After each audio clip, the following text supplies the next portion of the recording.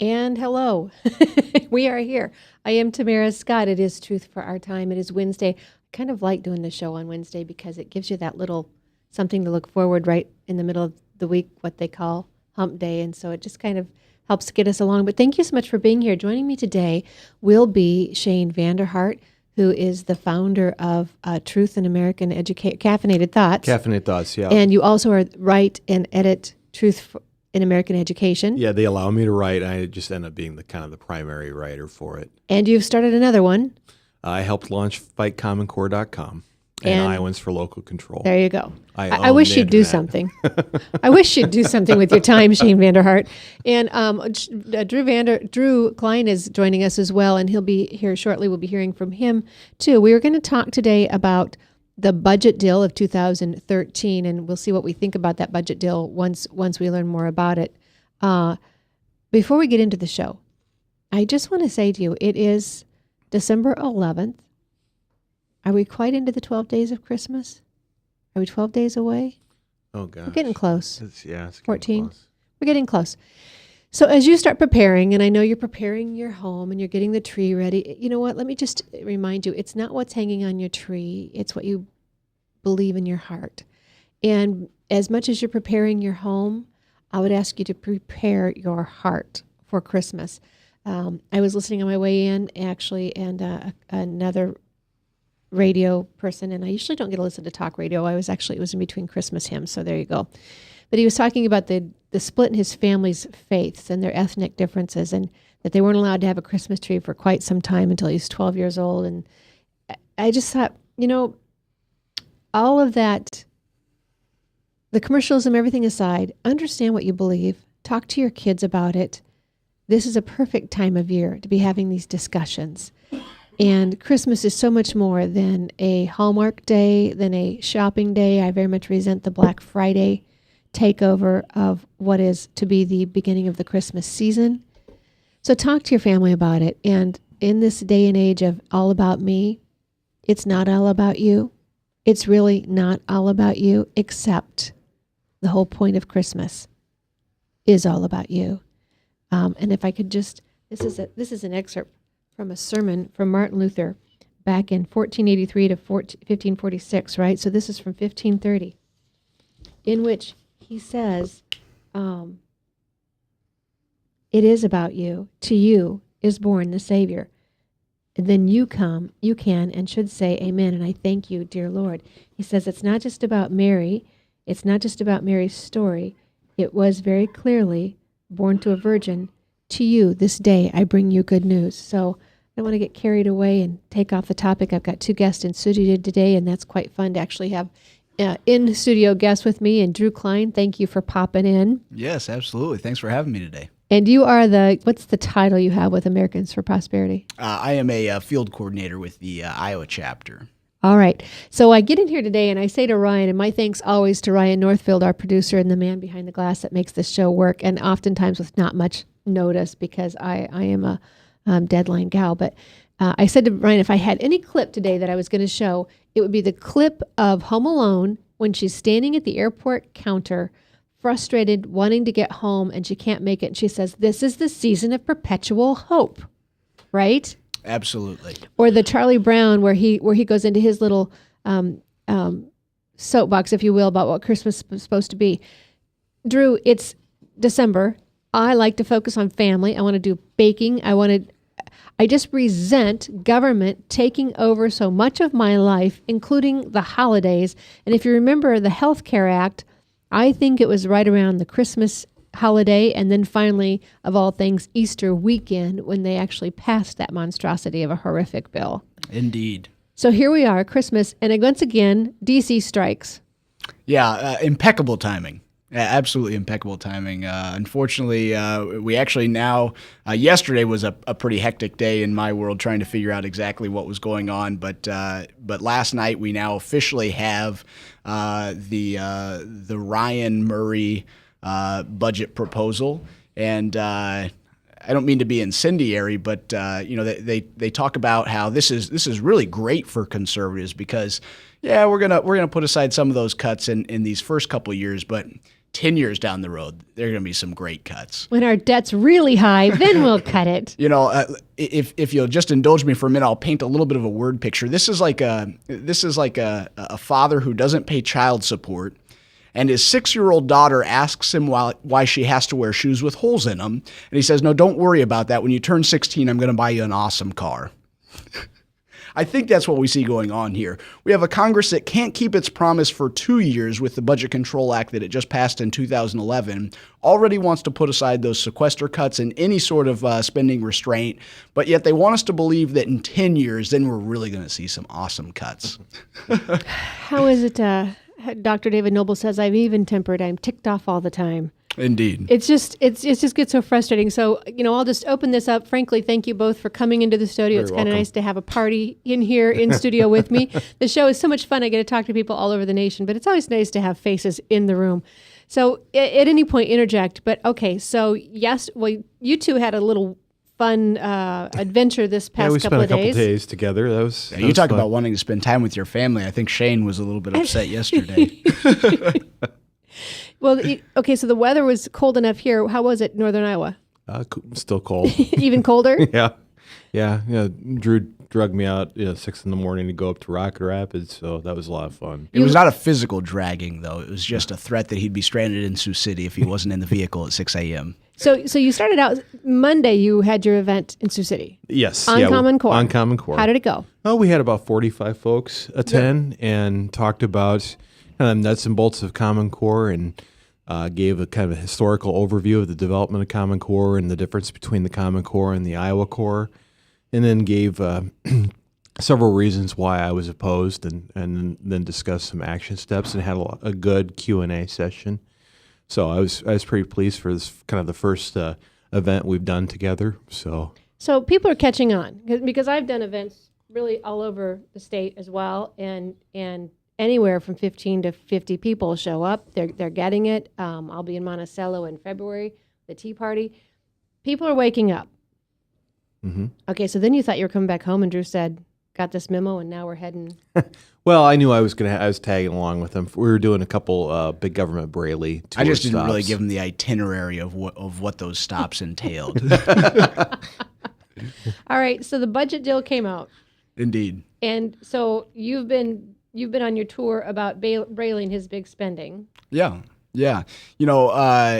We've been highlighting that a lot, and a lot of times we get criticism that we're, the president himself says that the problem, that faces all these great Democratic candidates is an organization like Americans for Prosperity. But, and we like the ringing endorsement that he gives us, but unfortunately, we haven't limited our attention to one party or another. It's really been across the board that we've been addressing the lack of restraint, the lack of common sense that we see in the budgeting practices in D.C. And so, we have been we've taken a hardline stance that the Budget Control Act is an important step for conservatives. We fought very hard to win those budget cuts. The sequestration cuts were not the best way to go about cutting the budget, but if that's the only thing that Congress could do, then we'll take whatever cuts they can give us. And so now, when they come back just 2 years later and try to hand us a package that increases spending and increases our deficit to over $1 trillion a year again, I think that conservatives need to stand up and tell all of their elected officials we're not going to take it. And so we've been starting yesterday and again today, and until we see until we start seeing some firm commitments from our members of Congress, we're going to start funneling our activists and constituents across the country via email and via voicemail and via phone calls into their congressional offices to really pin those congressmen down and find out where they're going to stand on this. So I'm doing a search right now, and I should have done it before the show, the Capitol Hill switchboard. Anybody have that with you? I don't have that exact. It's a 202 number, but actually, I tell you what, I'll give you a number that anybody can call into, and you'll give an operator your zip code, and they'll funnel you right into that office number, and that's 877-340-0186. And that's a line that Americans for Prosperity has set up as part of our No Empty Promises effort, and really just an effort to convince those congressmen that they have to keep their promises to the American people. Again, I'll just read that number quick. Mm-hmm. It's 877-340-0186. And again, you just have to give them your zip code, and they'll get you into the right office. And it's really a very simple process. We're talking to people. We're actually doing live calls out into targeted congressional districts. Members of the Appropriations Committee, the House Armed Services Committee, which are going to be very important committees here. And we're talking to people in those districts, asking them if we can just live patch them into their congressional offices. And people get a little bit intimidated, I think, about talking to their congressmen. I think we forget that they work for us and not the other way around. But this is really a very simple process. Leave a 20-second message and just tell your member of Congress that you oppose any increases in the budget and that you expect them to fight to protect those budget cuts that we fought so hard to get 2 years ago. And it's as simple as that. And we want to keep doing that until we know where those members of Congress are going to stand. And I'm writing that down. Oppose any increase in the budget and fight to protect those budget cuts, yep. From 2011. Absolutely. That's pretty simple. That's all you say. And really, honestly, they're not going to quiz you. I think we're all a little concerned that they're going to ask us questions and intimidate us and make us feel bad. And if they do, you can just say, listen, I've just told you what I want. That's all we need to say. That's absolutely right. You don't have to argue with any of them, but I don't think they will. No. When I've called in the past, they seldom ask who I am. Sometimes they'll ask enough to know I'm a constituent of that district, but they just really want to tab it up and go. And here's why the phone calls are better. They can ignore your emails. They can ignore those all day long. But the phone ringing off the hook, they can't ignore forever. Yeah. So call. And so that number is 202-224. No, I just wrote down another one. Sorry. 877-340-0186, if I'm reading that correct with that. Absolutely. That's right. Now, I just did my little search, and I think it's hilarious right now, the way things end up on the Google. If you've noticed, certain things pop up to the top. Like when I search for Supreme Court judges, the White House comes up. Like separation of powers much? Yeah. And it's his take on the Supreme Court judges. But anyway, I did a little search, and the architect of the Capitol's number comes up in the congressional budget, which are all probably great numbers to have, but not that you need and not that you need most often. So the phone number for the switchboard is actually 202-224-3121. But we do thank Americans for Prosperity for all the work that you do, and thank you for the switchboard that you've created so we can just call and you will put us in no matter where we're at in the nation. That's right. Because this show is all over. And so no matter what state you're listening in, you can dial that number, the 877-340-0186, and they will hook you in wherever you need to be placed with your congressional members. And so Congress is why we're starting right now. Absolutely. Because we want to stop it from going out of we don't want this to even pass the House. Yeah. We expect that conservatives should have a better chance of killing this in the House. That's not to say that we're going to ignore the Senate, but that's certainly where we're starting. I would actually encourage your listeners to contact all of their elected officials, even at the state level, to encourage them to lobby their federal representation as well. State legislatures have a big role in voicing their opposition to this as well, because quite frankly, it affects the state legislatures as well. When we start seeing the massive increases of spending at the federal level, we look at just here at Iowa, and the state of Iowa is, as well as we're doing budget-wise, we have to be very aware of what's going on at the federal level as well, because we're very dependent on a lot of the money that they block grant back into the states as well, and that certainly should be a red flag for state legislatures. We want to make sure that we're isolating ourselves and insulating ourselves against that as well. But state legislatures and state legislators and governors should be very concerned about the budgeting practices in D.C. as well. Well, and I just get tired of this quick rush. All of a sudden, here it is, and we're going to pass it in a couple of days. And the timing. Yeah. Not to mention that we've heard nothing on TV correct myself. Not to mention that we've gotten actual news more than footage of a funeral, and I don't mean disrespect by that, but we have been overtaken by the coverage of Mandela this last couple of days over the weekend. Mm-hmm. And so we've hardly had the news coverage anyway. And I'm reading through what I can. I'm just trying to piece it together. And just on the Fox News cite the summary of the Bipartisan Budget Act, December 10th, 2003. Prevention of waste and fraud. It expands the use of Treasury offset program. It reinforces Medicaid's standing payer of last resort. It's restriction on the access to the death master file. What is that? I certainly have not read a lot of everything that's tucked into this. And again, this is just a quintessential picture of bad governance in D.C. This is an agreement that came together behind closed doors, with a wink and a handshake, and now they're going to try to sell it to the American people. I think I saw it summed up very well by Justin Amash on Twitter last night. I think he said something to the effect of, in exchange for Republicans, in exchange for compromising on spending increases, are going to be rewarded with tax increases as well. Yeah, this is just all around a bad deal. And they said it wouldn't be new taxes; it would be fees. Well, yeah, when you take Love money out of that. my pocket, thank you I don't so care whether you much. call it a tax or a fee. Okay, so here's what it says on that. A penalty of $1,000 is imposed for improper disclosure or misuse of information obtained from the death master file, up to a maximum of $250,000 per person or per calendar year. I'm not a policy expert, but just the phrase "death master file" just doesn't sound good to me. Yeah. I know, and this is why we lose the average American, because we were talking about how intimidating it is, but this is Sounds just like a ridiculous. Black Ops list. Right. It does. It does. Amendment to the Mineral Leasing Act, approval of agreement with Mexico, and amendment to Outer Continental Shelf Land Acts. What does this have to do with our budget? Federal and oil and gas royalty prepayment cap, overpayments up to 110% of the amount due.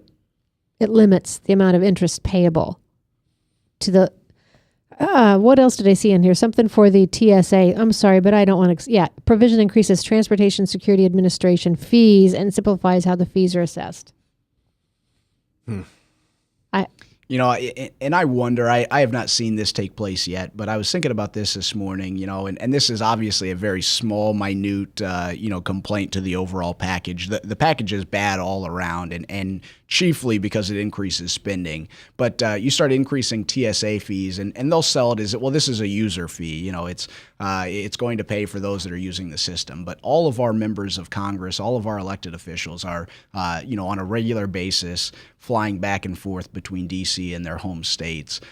Increase in TSA fees is going to be passed on to the taxpayers. It's going to be passed on to everyone. If you want to see the economy rebound, knock this stuff off. Yep, absolutely. And allow people to freely do business without hindrance. Yeah. Well, and the one thing I find extremely interesting is, again, let's look at the TSA fee increases. They seem to have no problem increasing fees and taking more money out of our pockets, reducing the amount of dispensable income that we have. But just a month ago, 2 months ago, we get statements from Nancy Pelosi saying the cupboards are bare in D.C. There's nothing left to cut. So you try to take $1 out of the budget of D.C. and they cry foul. People are going to die in the streets. The sky is falling. But they certainly have no problem reducing discretionary income in American households.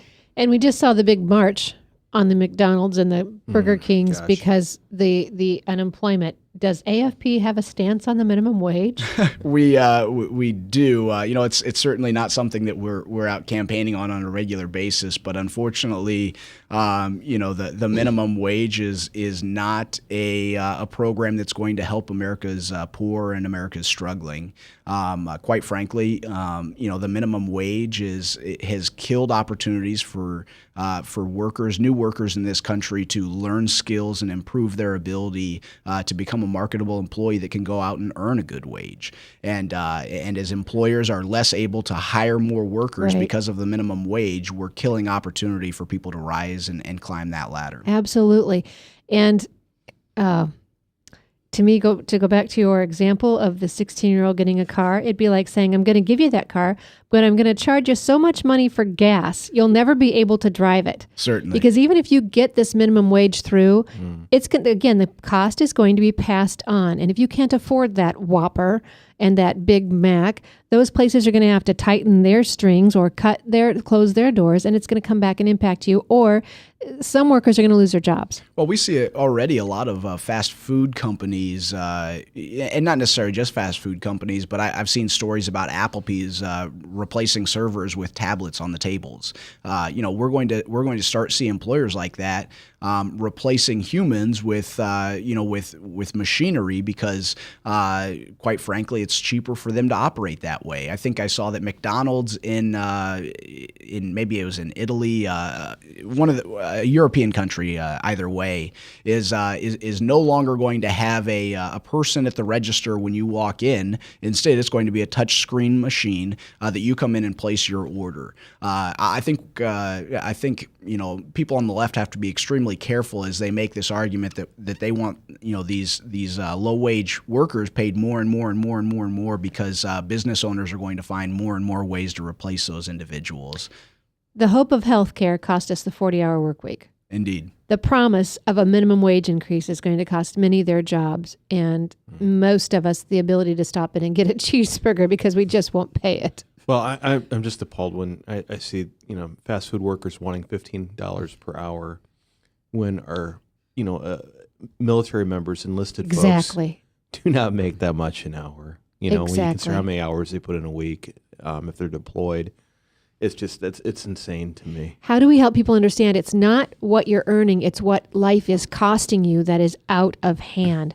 And two, the Bible's very clear. The free market should determine the wage. You can then grow it when times are good, and you can tighten it a little bit when times are tough without having to let employees go. You can just not hire new people at the same wage or however that works. And in Matthew, I think we're given a great example of that in the vineyard. So again, if God expects you to live through it, he's giving you directions how to do it. It's already been done. It's a done deal. So we've got to go to a break. We'll be right back. I am Tamara Scott. This is Truth for Our Time. Wednesday, you can join us. We're powered by webcast1live.com, but you can join in the conversation when we come back at 855-244-0077. My thanks to Drew Klein, Shane Vander Hart. Stay with us. We'll be right back. Hey, psst. Let me let you in on a little secret. You ready? Always try to do business with people, not places, especially if you seek honest Christian business people. And when it comes to my car, I really need to trust who's working on it. Now, my family is so blessed. A few years ago, we found a family-owned automobile repair shop that operates as a Christian business also. Open, honest, reliable, trustworthy.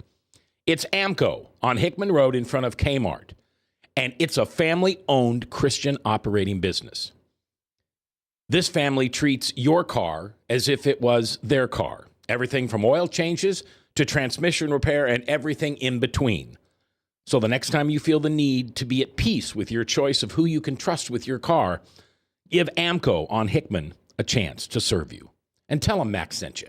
All across America, there are countless numbers of people struggling with addiction and other life-controlling issues. Probably someone you know and love. There is a way out. There is hope. Transformations Treatment Center in Delray Beach, Florida, has a unique approach to substance abuse treatment. Call now and ask about our Guaranteed Success program or log on to transformationstreatment.com. Transformations. Change your life. Change your relationships. Transform your world. Get away from us, you mean old credit card. We don't have any more money. We're in trouble now. Save us! Help! Somebody save us! Somebody help! Help! Save us!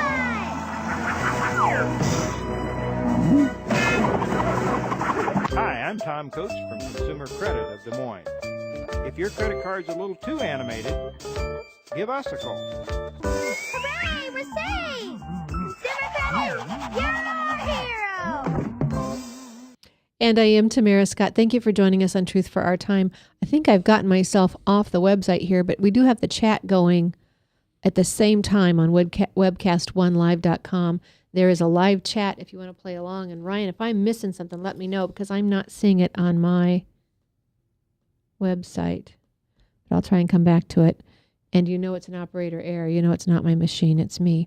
But we are here with Shane Vander Hart. And there's no excuse because I now have all the techie eye stuff. Yeah. The It should phone be set. was on sale the week before Thanksgiving. It was cheaper than the other phones there, much to the chagrin of the people in charge. They were like, I wish they would have just warned us this was going to happen. We would have had another person come in today. Yeah. An hour wait at the phone store. An hour wait at the Wow. phone store.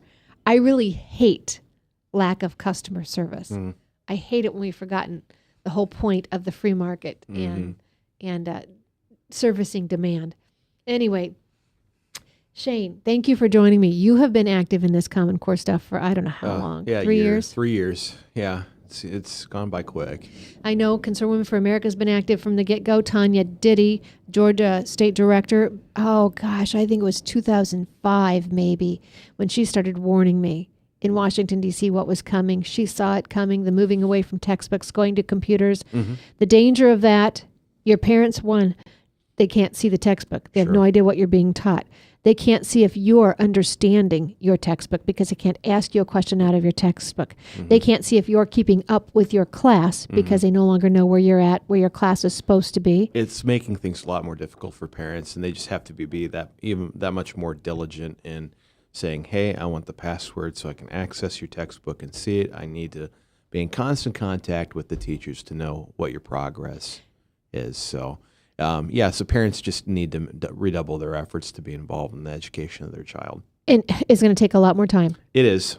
And for me, I finally decided it took a lot less time to homeschool than to investigate, evaluate, and deprogram my kids. We found out as well. It doesn't take much for me to be able to connect with my kid's teacher that way. So When you it's, homeschool. hey honey, how are the kids doing today? So All right, and back to the textbook thing. You also, one, you don't know where they're keeping up with the class, if they're even going to make it through the textbook that year. There are just so many issues with it. But say you have the password. Mhm. Is there a concern for some of you? Certain passwords allow you into, like a password may allow me into this much of a website, but another password may allow me to a whole deeper level. I guess I don't know that much about My concern is if it's you're a parent, is that password not going to let you see the other stuff in the textbook that they don't want you to know about? I would be I don't know how they have that set up, so I guess I can't really speak to that. I would assume that most kids have one password and that allows them to access everything, and then there's probably a teacher's password. Even if, we're finding anymore that even with kids who maybe have actual printed textbooks, that there may not be enough to go around in the Right. class, and they're not Right. allowed to bring those home. I think that presents even greater challenge for the parent, because then you have to actually physically go to the school to be able to look at the textbook. And some school districts now make you sign a request form at the beginning of the year. And I'm not sure if you don't do it at the beginning of the year, if you can still, they're making it as difficult as possible for parents to get that information. Yeah, it's troubling. But again, parents need to, be on their school board members, continue to connect with their teachers, and remind teachers and school board members again that they work for us, not vice versa. But now the school board's going to say, well, it's not up to us. The state has said this, and the state's going to say, but the federal government mandates are saying this. Well, we can't let school boards off the hook, because ultimately at the end of the day, they are still responsible for the curriculum purchases. So they need to be held responsible for that. The state certainly is mandating the Iowa Core or whatever academic standards for any out-of-state listener. Each state has their own academic standards, of which 45 have adopted the math and English language arts standards that are encompassed by the Common Core state standards. So those are getting passed down to local school districts that are seeing curriculum continually be aligned to the Common Core. We're seeing assessments being aligned to the Common Core. So it is impacting classroom instruction, but there are still local choices being made in curriculum purchases. All right. Now, I'm going to ask you, we're going to evaluate Governor Huckabee, a much-loved Republican presidential candidate, 2008. People love him.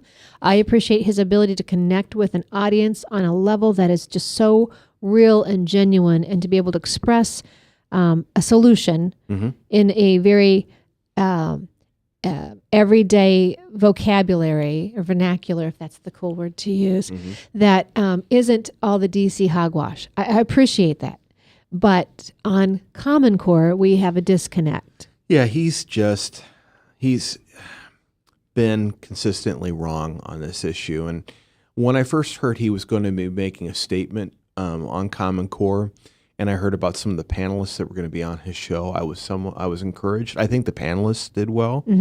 But just looking at the monologue he gave at the beginning of his show, just the very first statement, he says, "I don't support what the Common Core has become in many states or school districts." That word "has become" jumped out at me because that, in my mind, insinuates that the Common Core was great before Race to the Top occurred, Right. before we saw this curriculum, some of this awful curriculum get rolled out. And let's clarify, people will say Common Core doesn't have a curriculum. But Yeah. because we teach to the test, Common Core curriculum aligned. Aligned tests. Yeah, and there's an expectation that schools use curriculum that is aligned to the Iowa Core in the state. Governor Branstad has stated that during a press conference that schools be using curriculum that's aligned to the Iowa Core, which again, And we can't get curriculum to the Iowa Core, so it's going to be to the Common Core. Yeah. So, and it's what we're finding. I mean, we're finding history books saying, "Hey, Common Core aligned." I don't get that since, yes, there are some literacy standards that are connected to history, but why you need to actually have a textbook that's actually says it's aligned in the Common Core? There's not that many standards, and it shouldn't impact the actual textbook that you use. So yeah, we are seeing that, but there are inherent problems with the Common Core, with the content of the Common Core that existed at its very beginning with the development. So I'm concerned that he's painting a picture of the Common Core that's not reality. Well, let's come back to the beginning because he wants to talk about the National Governors Association as if it wrote the standards. But Achieve, he mentions Achieve, and as soon as he mentioned Achieve was a red flag for me because Achieve was a Gates Foundation. Achieve received a lot of money from the Gates Foundation for the development of the Common Core. Achieve is actually an entity that was actually launched by the National Governors Association, but they are their own separate entity now. But basically the three partners involved in Common Core development that consist of the Common Core State Standards Initiative would be National Governors Association, Council of Chief State School Officers, and then Achieve Incorporated. I am looking at we look at for instance, the writing teams that were involved. No classroom instructors that were part of, K-12 classroom instructors were part of the writing team. You didn't have any child development experts, which would have been probably useful when they were writing the early elementary standards that were part of the writing team. The fact that, for instance, we're pushing STEM, science, technology, engineering, mathematics on these kids, but yet these standards do not adequately prepare kids for STEM. Because, for instance, Jason Zimbia, one of the lead writers for the math standards, has said publicly that if a student wants to take college calculus as a freshman, they need more math than what the Common Core requires. Right. But yet we're pushing STEM. And is it him That or doesn't make James sense to Milgram me. that says most kids won't be able to get into a 4-year selective college? They'll be able That's to right. possibly get into a community college at best, and some may need remedial help. Exactly. I mean, just, and again, another point, they claimed at the very beginning of the development, that these are internationally benchmarked. Well, it ignores what the leading countries in math were doing, as well as Massachusetts. Massachusetts, as well as Singapore and other countries that are kicking our tails in math, they start Algebra 1 in 8th grade. Common Core starts at 9th grade. This existed at the very beginning. This has nothing to do with the Federal Department of Education jumping in and with the Race to Top grants. And that's an easy boogeyman for some people who want to try to ride the fence to point to, well, I don't like the federal involvement. Well, frankly, I have to call foul on him saying even that, because I'm trying to find here. And while you're finding that, the National Governors Association, Joy Pullman says they have taken federal funds. Mm-hmm. And I know people want to say that that's not the case, and I have not checked it out. If you're good at doing research, let's find those tax forms, because she says it's according to their own tax returns, they've taken federal dollars. So there's your, again, federal organization. Mm-hmm. It's not like we had a bunch of governors sit down and go, what's best for your state? They Yeah. did not. Well, it needs to be pointed out because, I'm just wondering, when he says I don't agree with federal involvement in education, do we just suddenly ignore what he said in the past? For instance, in his book Simple Government, 2009? No, it wasn't 2009. It was 2010, I think that came out. He writes specifically about race to the top.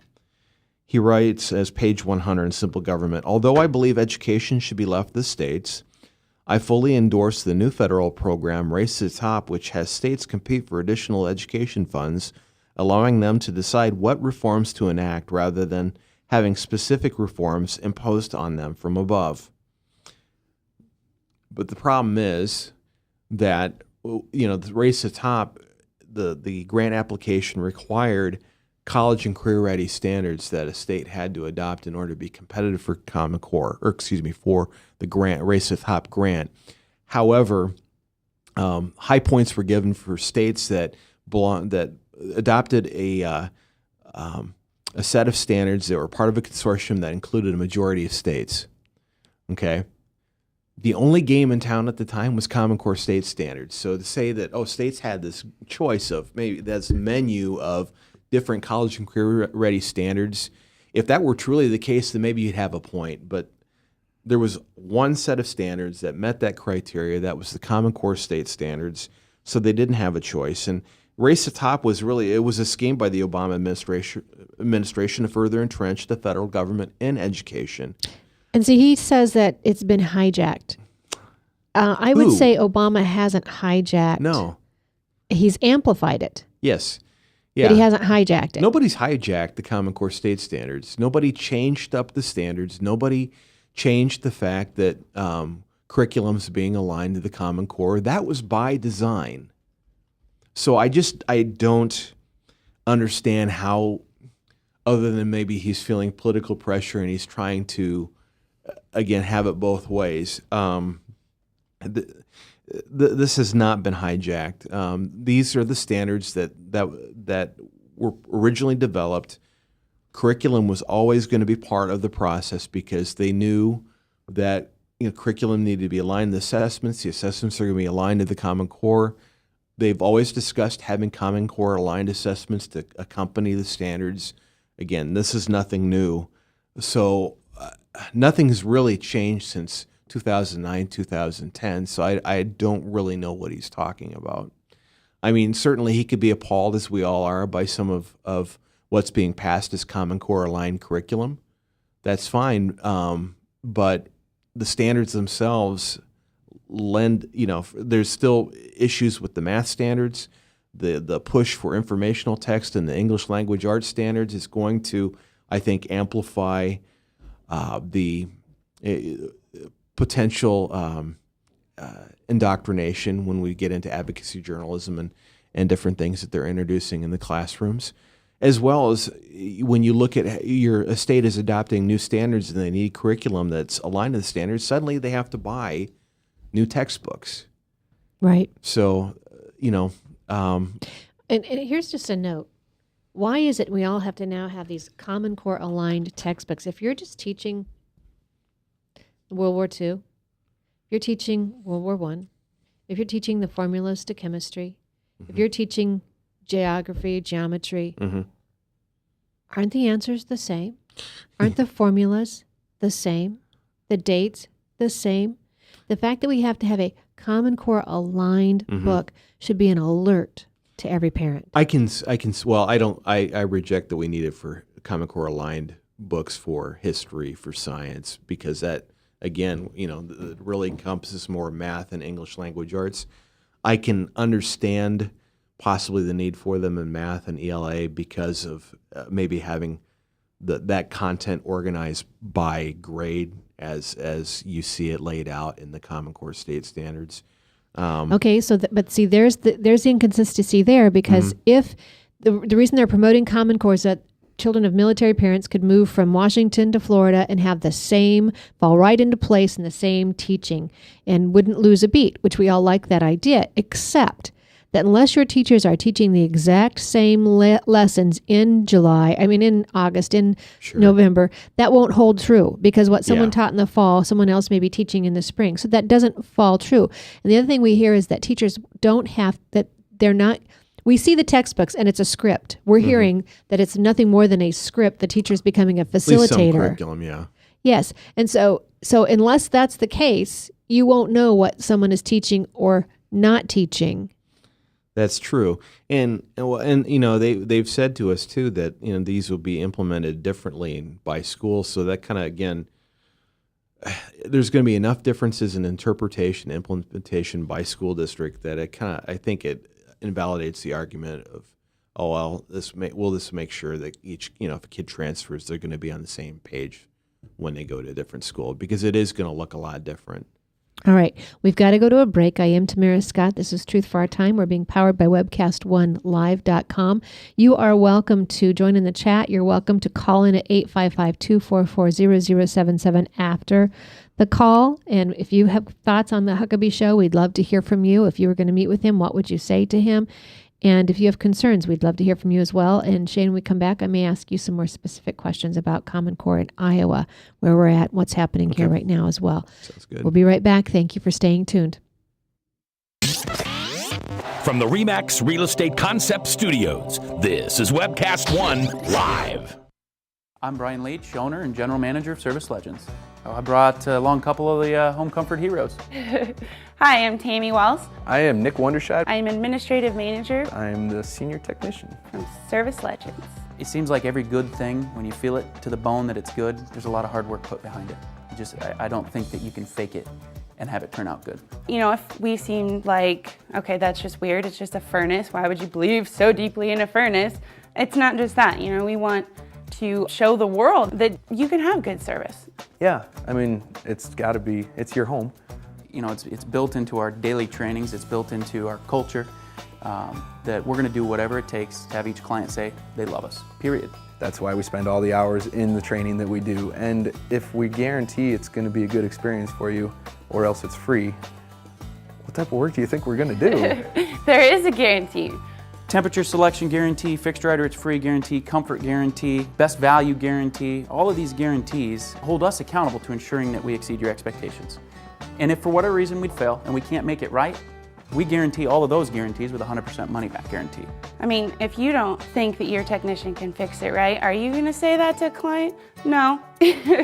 You don't have to worry about having a technician come to your house. We drug test, background check all of our team members. We put safe people in your home. Each and every one of our service techs, 400 hours a year in training. You tell it the minute they walk in the door. They know what they're doing, they've done their homework, and they actually truly care about what you want. Because at the end of the day, you're the person that makes sure I have a job. They're gonna be listening.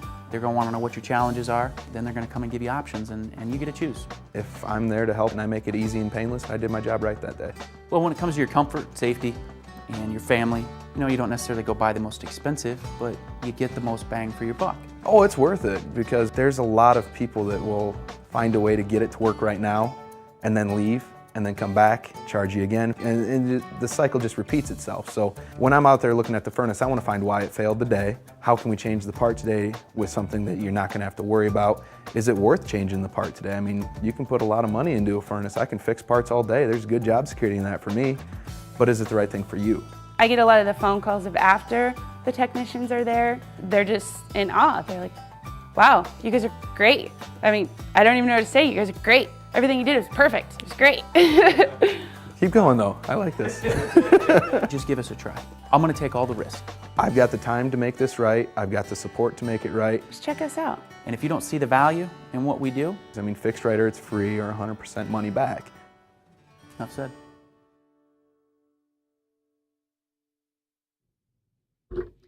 And thank you. I am Tamara Scott. Thanks for staying tuned. And I actually now am seeing some of the folks on the chat line. And if you want to join on, you can go to webcast1live.com and then join the chat.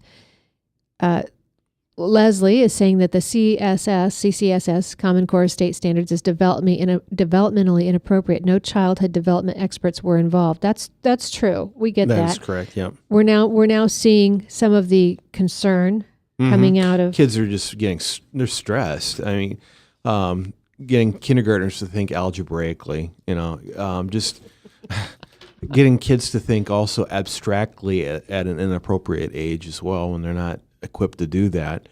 When you say inappropriate, we often think that morally or content-wise, it's inappropriately. No, it's just when I say inappropriate, I'm just talking about they're just expecting Standards. kids to do things that they're just cognitively not ready to do. Yeah. Yeah. And honestly, last week's show, a terrific show. Meg Norris, the teacher who wrote I Love You and I Believe in You, and Dr. Mary Cow, psychotherapist, were both with us. Okay. And I would invite people to go back and listen to that podcast. Very good podcast. Kids pulling their hair out. Yeah. We played the video of the teacher talking about the student stabbing himself with his pencil because he was so frustrated over what they were asking him to know that he just could not. There was no way he would know. It seems like to me when they focused on 9th through 12th grade, and then they kind of back-ended everything else, up to lead up to that. So there didn't seem to be as much thought into earlier grades as there was put into the 9th through 12th grade standards. All right. So here in Iowa, we've got the executive order, and Governor Huckabee praised Governor Branstad for the executive order. Yeah, and that was I just, if I were in the room with Huckabee, Governor Huckabee, I would have asked him, do you even realize what that order didn't really do?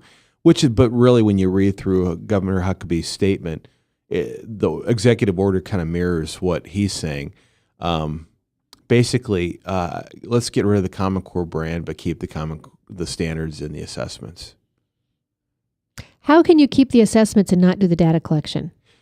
Well, yeah, I don't know, because there's going to be some data collection. Again, we're still not entirely sure what data outside of the actual questions, the Smarter Balanced here in Iowa, since we're part of Smarter Balanced, what they're going to ask. Are we technically part of Smarter Balanced already? We're still a governing state of Smarter Balanced, even though the state legislature needs to authorize the Iowa Department of Education to. Right now, they can't mandate Smarter Balanced on local school districts because the Iowa assessments are the only test right now that can be mandated. So there needs to be a change in the law for that to be able to happen. And they currently have an assessments task force that's exploring different options, as well as the cost for the assessments. I'm not really encouraged that they're going to come up with anything other than, oh yeah, we need to do Smarter Balanced. I look at a similar task force that was that provided a report to the Michigan legislature, and it was pretty much the same thing. It's like, yeah, you know what, Smarter Balanced, that's what we recommend. And it's like, oh, of course, it's a big surprise. You're going to recommend the assessment consortium that you've already been a part of. I have a lot of skepticism when I look at these task forces because it seems like they're stacked with people who are kind of on the same sheet of music, or people who will go along with what's said, and it seems like it's being driven by the department's agenda.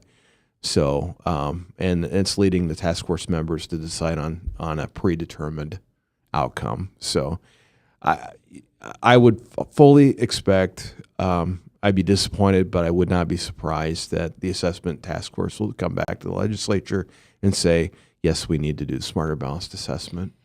And so I'm trying to think now what the switchboard number is at the state house. Well, it doesn't matter. They're not there right now. Yeah. But call your state legislator. Call them at home, because what they do affects and impacts you at home. So don't be concerned about calling them at home.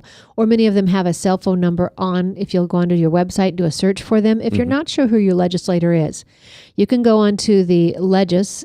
I think they've changed it, legis.iowa.gov, legis.iowa.gov, and it will say find your legislator. You can enter your zip code, they'll tell you who your senator, your little state senator, and your and I didn't mean little, but your local senator and your local representative, not your congressional members in D.C. It will tell you who they are. And I think it may even actually tell you who congressional members are as well. Then you've got the whole list. It would not hurt you to call, as Drew says, call them all. Put pressure on all of them. Before you go into the holiday season, this is the best thing you could do for your kids, is to call and stop this from happening to your child in the classroom. It's going to cost you a phenomenal amount of money as far as implementation and upkeep, but what it will do to your child is just disastrous. I totally agree. And I would also encourage people to also find the list. There's a link for committees, and you want to find the House Education Committee and the Senate Education Committee and start contacting those members as well. Okay, good advice. Now I want to come back. So the governor's executive order kind of, as you've said, doesn't really do a whole lot, but it kind of gives us the impression that Common Core is not a good thing. It says it rejects a federal involvement in education, kind of like what Governor Huckabee's doing, and that's all well and good. But the horse is already out of the barn.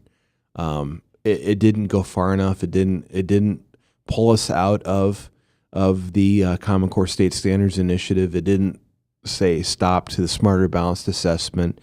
It had I appreciated the language regarding data collection in the executive order, basically saying no student level data, only aggregate level data will be provided to the feds as required by federal law.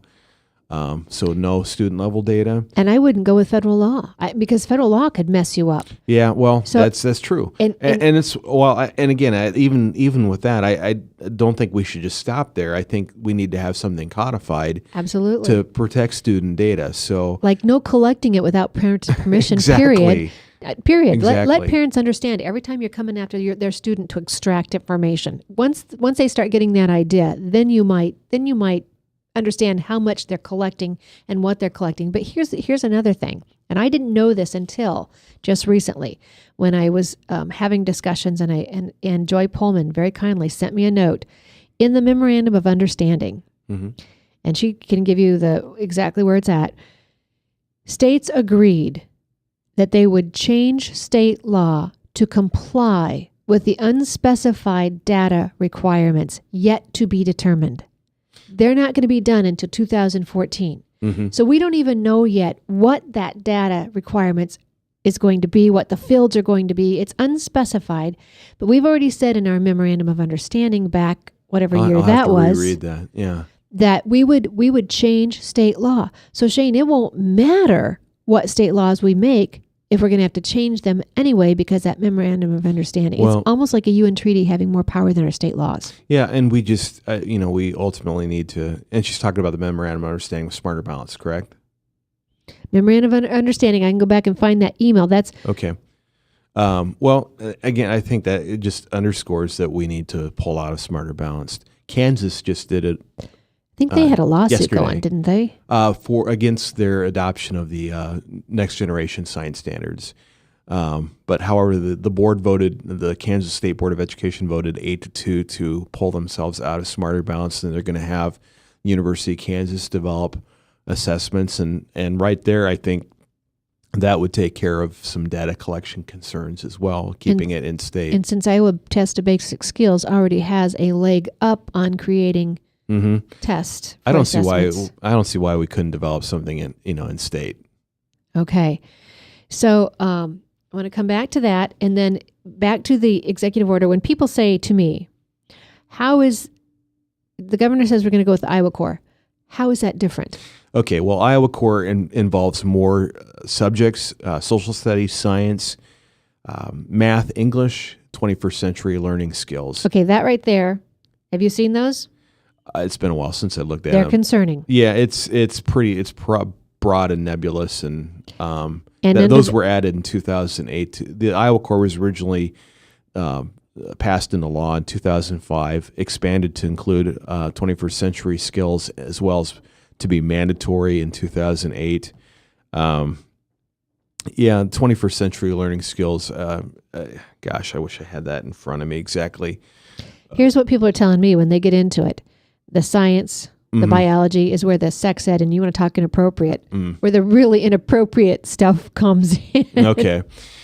Well, I'm certainly no fan of the Iowa Corps. American Principles Project actually came up, published a couple of white papers back in 2010 on the Iowa Corps, and they were especially concerned about the social studies standards as well. So definitely not a fan of the Iowa Corps. I think there's a lot of room for improvement in the Iowa Corps.